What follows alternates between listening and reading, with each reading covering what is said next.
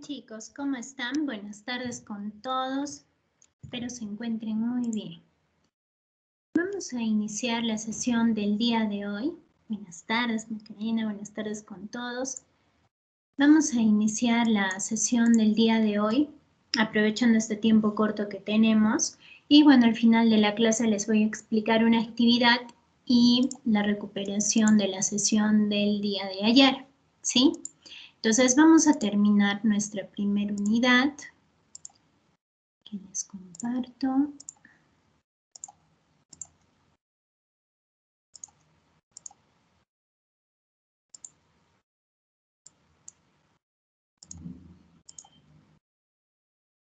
¿Se puede observar? Sí, ingeniera. Sí, ingeniero. Listo, muchas gracias.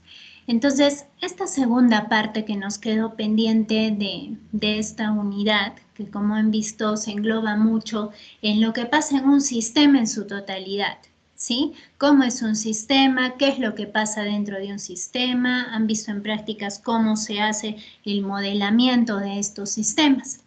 En esta parte vamos a ver cómo es la resiliencia de un sistema y cuando hablamos de un punto de inflexión ecológica.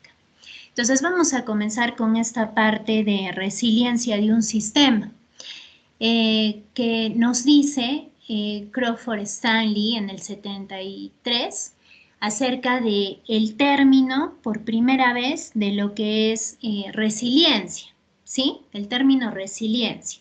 Entonces, esto se basa en este ecologista, en este biólogo, porque dice que un sistema, como un ecosistema, que cualquier ecosistema que hay en el mundo, va a ser sinónimo de persistencia, ¿sí? Va a ser sinónimo de que ese sistema está persistiendo frente a lo que pase. Y coloca un ejemplo, pues, como el que vende en una imagen, en esta imagen, que es de un incendio. Sabemos que puede ocurrir incendios tanto naturales como antropogénicos. Entonces, sea cual sea el caso, en el caso de los incendios, por ejemplo, de nuestra región o de otra parte en el mundo, vamos a tener de que este sistema va a tener muchas veces esa capacidad de poder recuperarse, ¿sí? Es decir, cuando comienza un incendio, comienza pues a quemarse uno tras otro árbol. Es más, en el caso de las especies forestales que tienden más a ser pues más propensos de generar el incendio a gran magnitud, como las especies forestales que tenemos en nuestra ciudad, pues va a ser aún más rápida la propagación, ¿sí? Entonces, cuando comienza esto, obviamente al final, que ya queda pues las consecuencias tras este incendio, nos dice que un sistema va a ser capaz pues de resistir a esto que está pasando y que se va a poder recuperar poco a poco, ¿sí? Entonces, con ese término empezamos. Entonces, ¿qué es resiliencia ecológica? Como también lo define Holly en este término, en este marco. Es esa capacidad de un ecosistema para mantener funciones y procesos clave ante presiones, ante tensiones, al resistirse y luego adaptarse al cambio. Entonces, eso vamos a ver de que es un término general, está enfocado como ejemplo y que para que nosotros lo podamos entender cuando ocurre un incendio, ¿sí? Pero que muchas veces nos va a llevar a también decir diferentes niveles, ¿sí? Va a haber ecosistemas que se van a recuperar, que van a tener una capacidad de recuperación bastante rápida y va a haber otros lugares, otros sistemas donde esa recuperación sea lenta. Puede ser el caso A, que crezcan muy rápido las especies u otras especies que había en el lugar, y el caso B, pues que demore más, ¿sí? ¿Eso de qué va a depender? Va a depender de factores climáticos, de factores que haya en el mismo lugar bióticos. Ustedes saben que también en lo que es incendios, lo comenté alguna vez en ecología del paisaje, hay especies por ejemplo de aves que van a ayudar a que este sistema también se recupere rápidamente. ¿Cómo? Pues teniendo a ellos como dispersores de semillas y que justamente van a tener esa capacidad de hacer que se recupere rápidamente ese ambiente, ¿sí? ¿Cuándo más hablamos de resiliencia ecológica? Pues cuando vamos a ver que un sistema va a ser adaptable, flexible y capaz de lidiar con el cambio y la incertidumbre. Y les coloco esta imagen de los arrecifes de coral, un arrecife de coral. Entonces les hago la pregunta, quizás alguno sabe, ¿por qué un arrecife de coral será un sinónimo de resiliencia ecológica? ¿Por qué creen? A ver, ideas sueltas que tengan.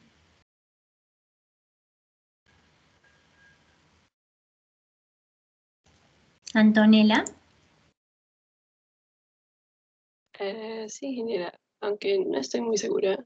Eh, Eso proteja a los peces que están cerca, bueno, dentro de, del arrecife de coral, principalmente de los depredadores.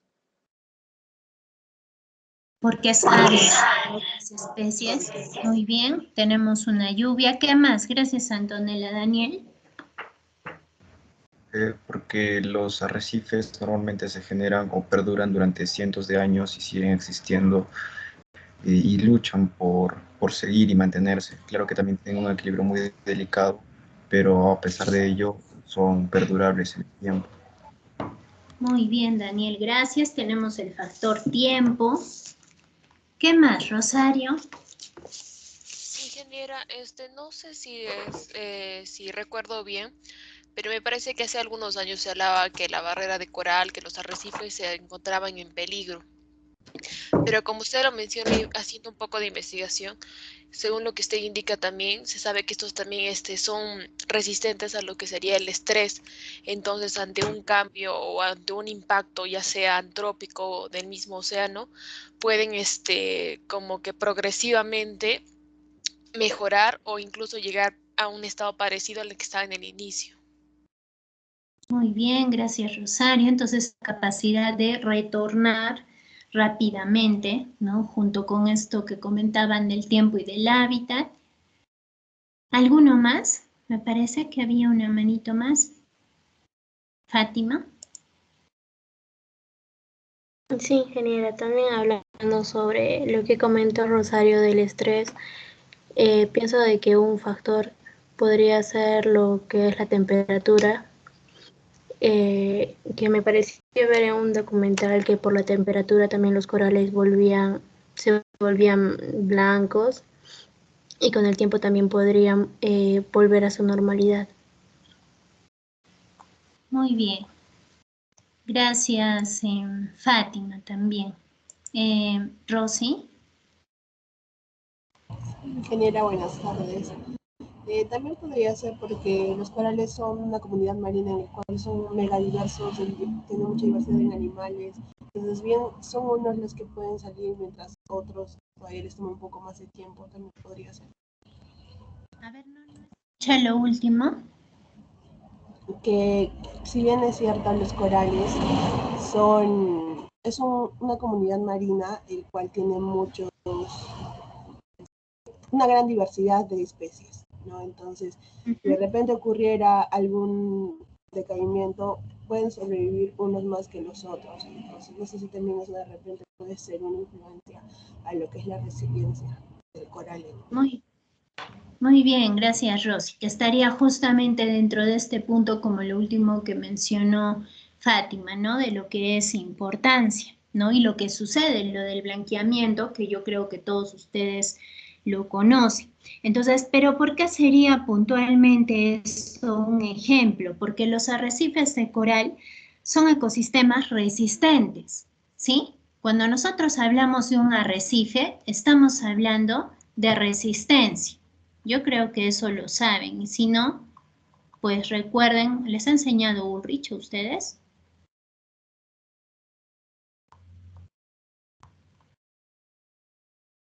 ¿No? Sí, Sí, ingeniera.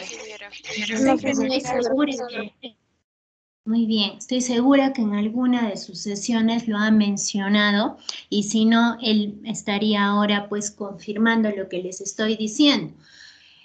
Hablar de arrecifes es hablar de resistencia, Y si nosotros hablamos de resistencia, estaríamos hablando de lo que involucra la resiliencia ecológica, ¿sí? Les decía que es un ejemplo porque son ecosistemas que naturalmente van a ser resistentes, ¿sí? Y que van a tener la capacidad de recuperarse frente a lo que suceda, los diferentes impactos que suceden, que como uno de ustedes mencionó, era el estrés, ¿sí? El estrés que pasan estos arrecifes. Entonces,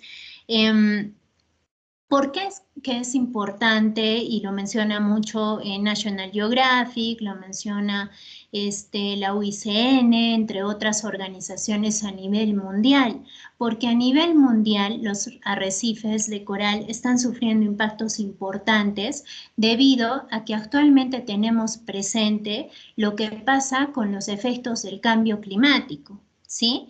Entonces, ¿a qué estará relacionado el cambio climático? ¿O qué relación tendrá el cambio climático con los arrecifes? ¿Quién me dice?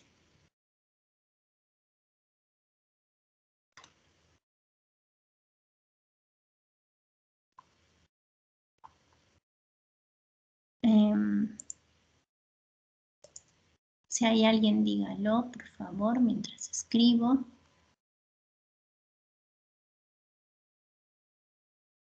¿Qué relación tendrá? Ingeniera. Ay, adelante, Lorena. Gracias. Bueno, me parece que el aumento de la temperatura en el océano hace que justamente se produzca este blanqueamiento de los arrecifes. Muy bien, gracias Lorena. Imagino que Lisel también nos quería decir lo mismo. El aumento de la temperatura en el océano, ¿sí? Eso va a ser lo primordial que nosotros tenemos que analizar en este tema de los arrecifes, de que nosotros tenemos, pues que en el hábitat que hay, bueno, que ya de por sí ellos son hábitat y dentro de donde están, que es nuestros océanos, vamos a tener ese incremento en la temperatura. Por tanto, van a afectar y va a pasar lo que uno de sus compañeros mencionó cuando estaba preguntando. Entonces, en parte se tiene este impacto importante que es necesario que nosotros identifiquemos y en segundo lugar se va a tener otros impactos que pueden ser mínimos para algunas personas, para algunas organizaciones, pero que también generan estos factores de estrés, porque la temperatura del océano es un factor de estrés para estos arrecifes. Entonces nosotros vamos a tener que también pasa cuando se da lo de la pesca insostenible, cuando hay contaminación en el océano, ¿no? Esta contaminación incluso muchas veces se debe hasta por el mismo hecho de entrar con un bloqueador a bañarse. Muchas personas y que obviamente llega a afectar, eso imagino que también lo han escuchado. Entonces, todo esto que pasa, imagínense, y que siendo pues el hábitat de estos ecosistemas que así como son resistentes, son vulnerables, ha pasado pues los años, a lo largo de los años, toda esta capacidad de poder adaptarse. Sin embargo, los estudios, y más con los estudios que se tiene en especial de este factor del incremento de la temperatura del océano, gracias al IPCC, se está considerando importante que a nivel mundial pues se unan muchos investigadores, muchos países en poder establecer medidas estrictas, normativa, propuestas y proyectos que ayuden a lo que son estos ecosistemas. Entonces, esto lo digo de manera también de que es un buen ejemplo para este tema que estamos viendo y que ustedes pueden completar más la información investigando el día de hoy o estos días. ¿Qué más vamos a ver? Vamos a ver de que cuando hablamos de resiliencia, hablamos de una respuesta a una perturbación, ¿sí? En primer lugar. Entonces, esta organización nos dice de que vamos a tener 3 estados importantes. El estado 1, que está aquí, el estado 2 y el estado 3, ¿sí? ¿Qué sucede? Se va a tener primero diferentes perturbaciones, diferentes cosas que va a comenzar a afectar un sistema. ¿Sí? Tenemos acá lo que es cambio climático, tenemos lo que es contaminación, ¿sí? Tenemos lo que, bueno, de por sí es síntoma del cambio climático, el calentamiento global, emisión de gases de efecto invernadero, generación de residuos, sobreexplotación de recursos y miles de problemáticas ambientales. ¿Qué sucede? Y acá pasa, ¿no? Con un ejemplo que es el cambio climático. Cuando comienza ya a hacer esta perturbación mayor, ya va a pasar de un estado 1 a un estado 2, ¿sí? Va a subir, como vemos en esta gráfica que está demasiado dinámica. Pero ¿cuál es el problema aquí y cuál es lo que ustedes tienen que analizar frente a muchas de las problemáticas ambientales? Porque cambio climático es una, tenemos muchísimas, como les decía. Que cuando llega a estar el ecosistema, el sistema ambiental en el estado 2, tenemos pues la opción que se mantenga y sea resiliente dentro de esta cúspide, de esta pequeña elevación o montaña, o simplemente pase a un estado 3. Y cuando pasa a este estado 3, pues es sinónimo de que va a ser mayor la perturbación a afrontar y van a ser mayores las consecuencias a afrontar. Entonces, eso es lo que pasa en muchos sistemas ambientales hoy en día y por eso es que tenemos pues la degradación de un ecosistema, la pérdida de un recurso por sobreexplotación, la pérdida de biodiversidad, entre otras consecuencias que se tienen, ¿sí? Entonces, todo nace de los estados que se tienen y las perturbaciones que se va dando a ese sistema. Es decir, las perturbaciones van a ser consideradas como una entrada general a ese sistema importante, ¿sí? Y he aquí la relación con lo que hemos visto en la anterior clase y en sus prácticas. Hemos visto que tenemos muchas entradas importantes, más ustedes han considerado como entrada ya de una caja blanca en sí a lo que es una fuente de energía como el sol. Pero en este tema, en esta partecita que les explico el día de hoy de lo que es resiliencia, vamos a tener que como entradas nosotros también podemos tener perturbaciones importantes. Es más, si lo queremos relacionar con los símbolos de Odum, pues vamos a tener ese simbolito de la hojita, ¿sí? Que podía representar un incendio, que podía representar algún tipo de contaminación por hidrocarburos, no lo sé, y que va a afectar un sistema. Pero para que nosotros hayamos identificado este problemita que está habiendo, es porque hemos tenido pues entradas importantes. Una de ellas que está ejemplificando en la imagen es lo que es el cambio climático. ¿Qué más vamos a ver? Vamos a ver los factores que afectan a esta resiliencia, ¿sí?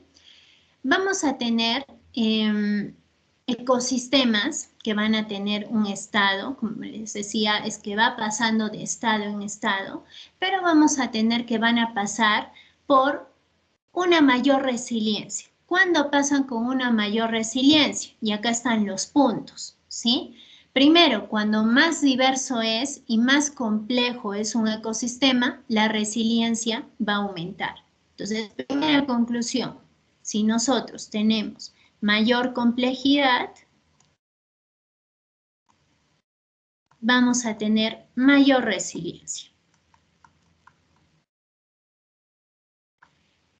Listo. ¿Qué más nos dice? Cuanto más diversidad genética, cuando mayor resiliencia haya, va a haber mayor diversidad genética en una especie. Entonces vamos a tener que va a haber mayor diversidad genética.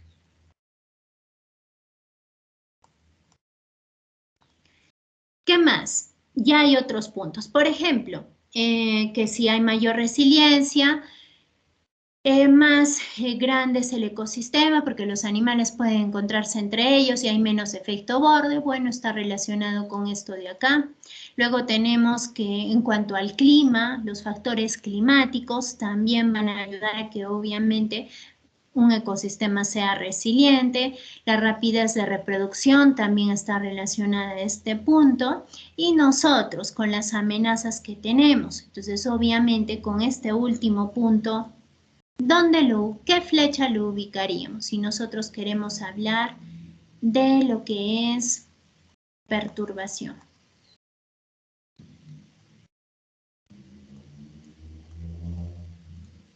Si queremos hablar de perturbación, ¿seguiremos esta cadena?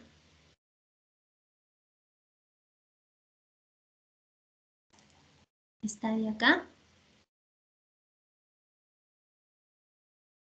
¿Quién me dice?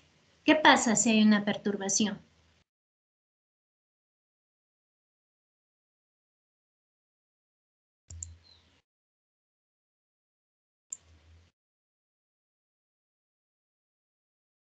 Chicos, escucho cri-cris.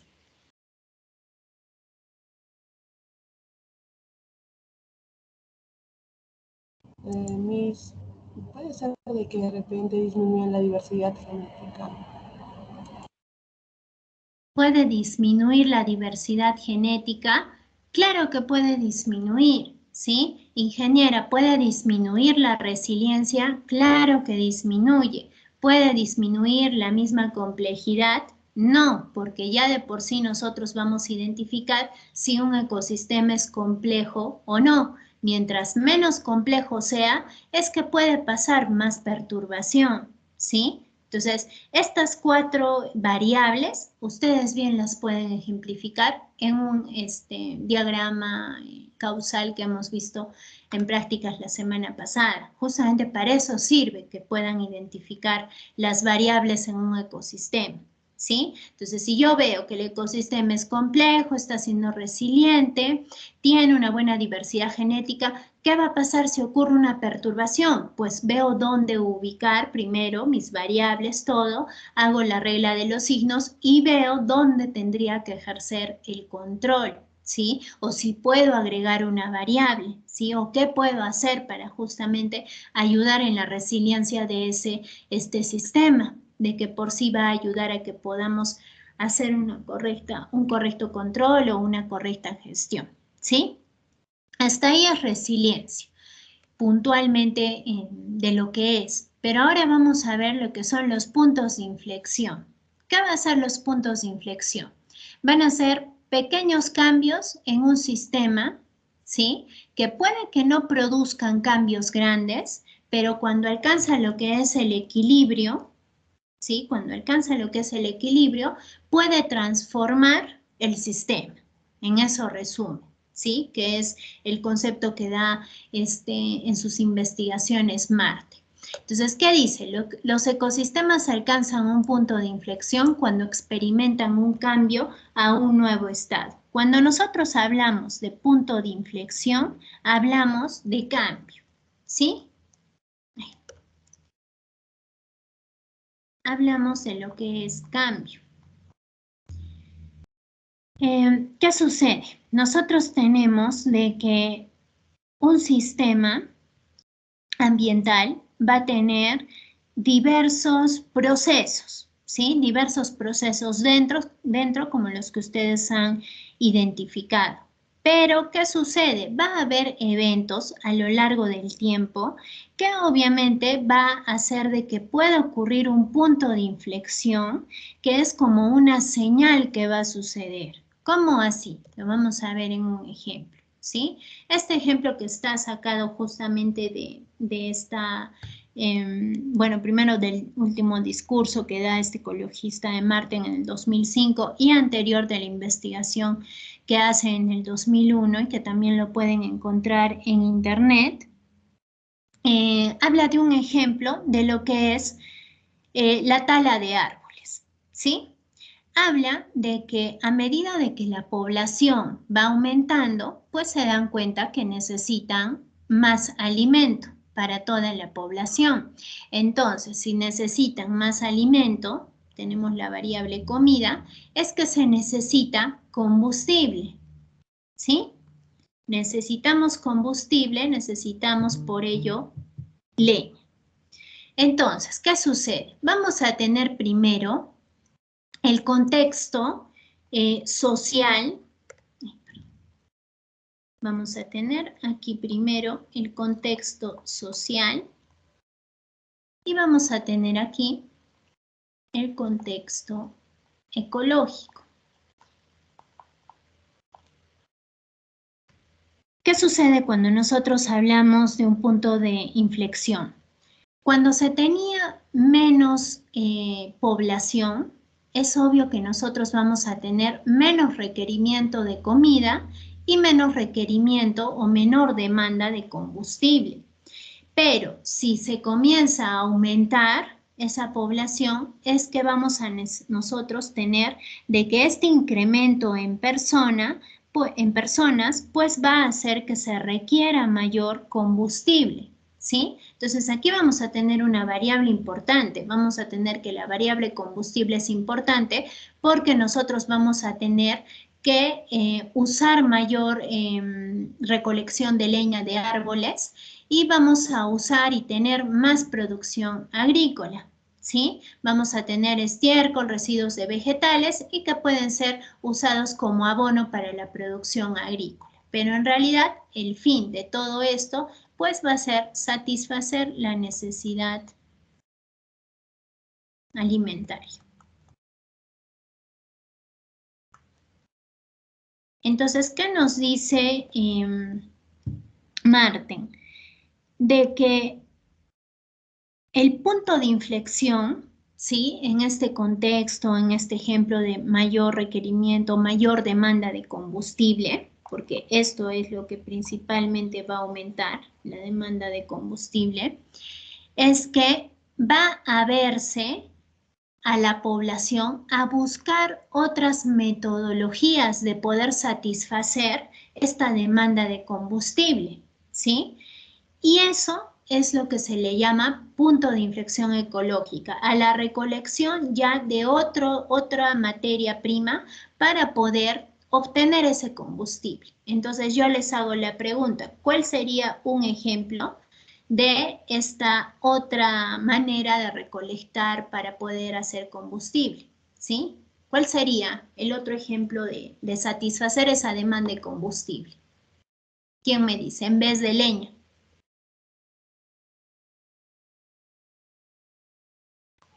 El uso de biogás. Muy bien. El uso de biogás, el uso de otros tipos de tecnologías ambientales que pueda reemplazar el que yo les acabo de describir, ¿sí? Entonces, básicamente en eso es en lo que se basan los puntos de inflexión ecológica, en frente a las problemáticas que hay en el mundo, ¿sí? Diversidad de problemáticas, contaminación de efluentes, contaminación de suelo, no sé, sobreexplotación de recursos, se puede encontrar algo que haga que nuestra balanza pues comience a bajar para equilibrar nuestro sistema, ¿sí? Entonces, ese equilibrio, cuando se llegue al equilibrio, es que se está proponiendo un punto de inflexión. Entonces, si nosotros tenemos que hay un punto de inflexión, es que estamos hablando que se ha conseguido hacer algo frente a una problemática que está sucediendo, ¿sí? El punto de inflexión nomás, ustedes lo buscan en internet y van a ver que se utiliza para muchas otras áreas. Es decir, es como que un proceso clave, por ejemplo, para un proyecto industrial que pueda haber, ¿sí? Necesitan tener un equilibrio al mayor gasto de materia prima. Digamos que ya que tengo un exceso de gasto en materia prima, entonces yo tengo que encontrar un punto de inflexión a eso. Entonces, ¿qué hago? Pues reemplazo, ¿sí? Ahí viene, y justamente acá el término, y eso, bueno, no es parte del curso, pero que igual para que lo sepan, es que es como que el antecedente o lo que va a ayudar a definir toda este contexto en el que nace la economía circular, porque justamente se basa en eso, en poder encontrar un equilibrio o un punto de inflexión que justamente ayude a revertir esta problemática que se puede estar viviendo. Es decir, la identificación de ese punto de inflexión es como que una señal de cambio para esa empresa, hablando del término industrial económico. ¿Sí? Ahora, hablándolo a nuestro tema, de nuestra asignatura, es basado en la problemática ambiental que esté ocurriendo y lo que se podría hacer para continuar con ese sistema ambiental, para que pueda seguir siendo resiliente. Entonces, por eso es que justamente es parte de nuestra unidad. Entonces, el uso de, por ejemplo, lo que les decía, ¿no? De que se usaba todo lo que es la tala de árboles para generar combustible, pues se vio la opción de que obviamente también se tenía ganado, se tenía agricultura y que se podía usar esto como materia prima y que también ayude pues a reducir de repente la actividad de tala que comenzó a incrementarse y obviamente ocasiona y está ocasionando una deforestación. ¿Sí? Entonces, ese ahí el ejemplo. Ahora, nosotros como seres humanos somos el punto de inflexión frente a cualquier problemática ambiental. O sea, solo nosotros somos ya el punto de inflexión por pensar, por tener cerebro para proponer algo frente a una situación que pase. El hecho de que hayan descubierto de que también se podía tener biogás, eso es parte de nosotros, ¿no es cierto? Porque quien ha dado la idea, quien lo ha descubierto, ha sido un ser humano. Entonces, nosotros podemos ser ese punto de inflexión en un sistema ambiental, ¿sí?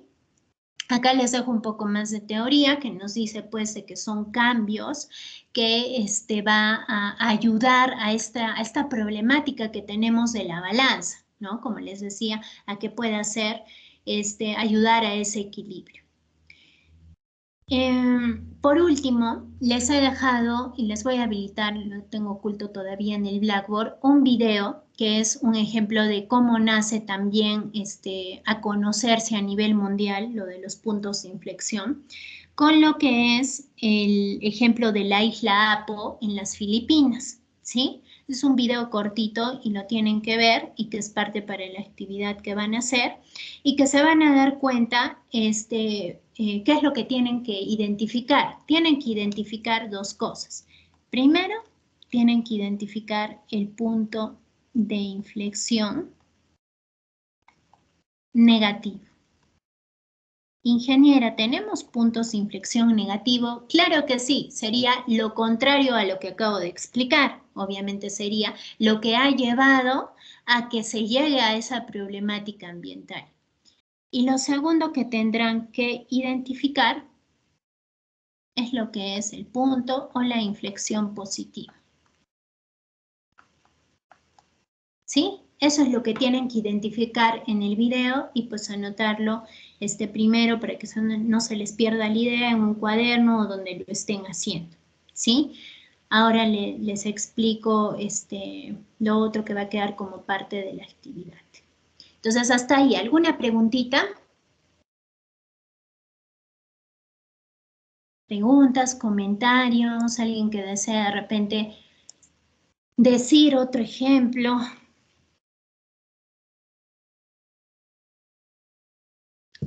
Muy bien, entonces como ya casi no queda tiempo, la segunda actividad va a ser que ustedes, voy a poner mucho. Se me ha cerrado, así que aquí nomás. El primero, como les dije, es identificar los puntos de inflexión en el video, ¿sí? Ahí estén escarchados. Y lo segundo que tienen que hacer es ejemplificar un punto de inflexión. Cualquier ingeniera, pues el más interesante que ustedes encuentren, ¿sí? No me van a decir, pues, el mismo ejemplo que he dado hace un ratito, ¿no? El biogás, no, porque ya lo di, y tampoco algo parecido a lo que hacen en la isla Apo. Entonces busquen otro ejemplo en nuestro contexto. Como saben, siempre viendo nuestro contexto. Perú, y más aún si encuentran algo de Arequipa. ¿Sí? Esa es la pequeña actividad que van a hacer para la siguiente semana. Entonces, les pregunto si tienen algún comentario, pregunta de esto. Y mientras van pensando, lo segundo que les iba a decir era para poder reprogramar nuestra clase del día de ayer perdida, ¿sí? Que básicamente es para poder hacer la unidad número 2. Entonces, solo tengo estas opciones porque entiendo que en estos días va a ser complicado porque obviamente ya tienen sus tiempos copados en lo que nosotros hacemos prácticas. Entonces, espérenme.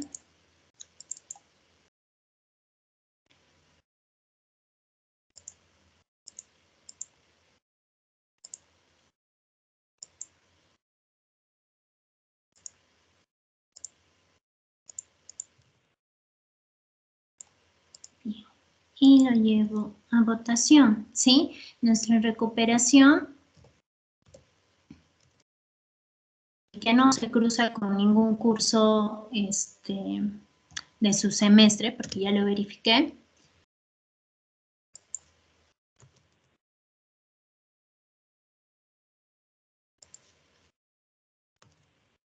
¿Podría ser el viernes? Sí, justamente es el día viernes las opciones.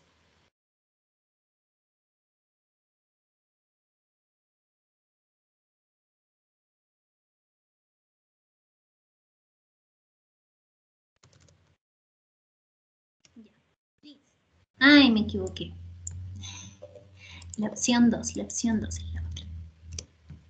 Una en la mañana, temprano, porque sé que ustedes empiezan prácticas a las 10, y la otra es en la noche, ¿sí? A esa hora, que es la única hora que yo puedo, que más o menos puedo salir de las sesiones que tengo, de otras reuniones. Entonces,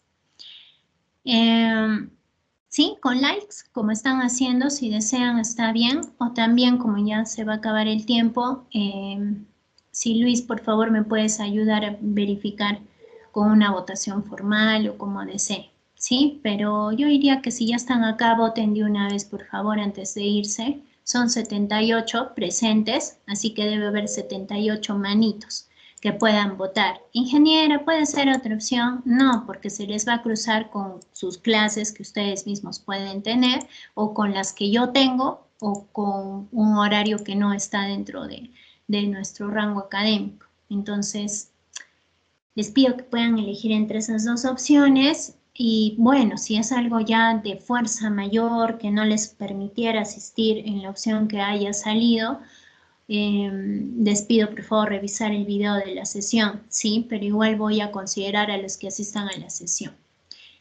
Bien, entonces, bueno, ese de la opción 2 no es, así que es el eliminado. Ay, perdonen, me acabo de eliminar.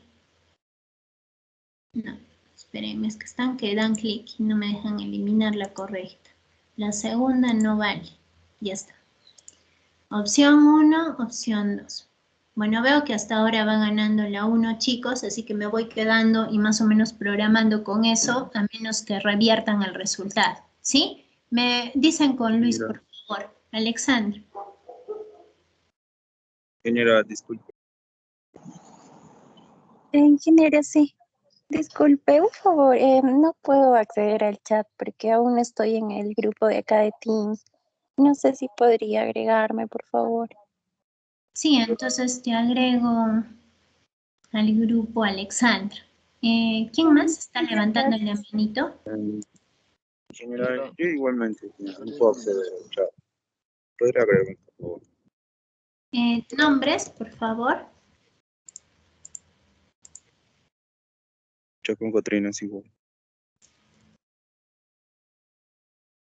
Listo, ya está. Shiwar y Alexandra agregados. Ingeniera, también Gracias. de mi parte, por favor, El alumno Miguel Esaú Charca Cruz. Miguel. ¿Quién más? A mí también, ingeniera. Marjorie Chara Valero.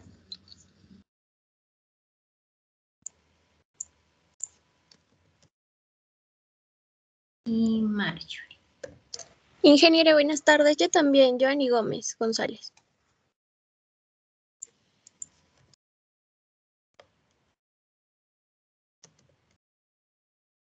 González, Joan. Listo. Nadie más, ¿verdad? Ya chicos, muchas gracias por su atención. Les dejo la actividad en el Blackboard. Discúlpenme, me olvidé de poner los grupos para hacer la actividad, los equipos. Entonces voy a poner para que se asignen hasta que acabe el día de hoy, ¿sí? Se asignan al grupo y hacen el trabajo. Voy a colocar para que trabajen en grupos de 6, ¿sí? Entonces si hay algún grupo de 5 también. Muy bien chicos, entonces que tengan buena tarde, nos vemos en práctica.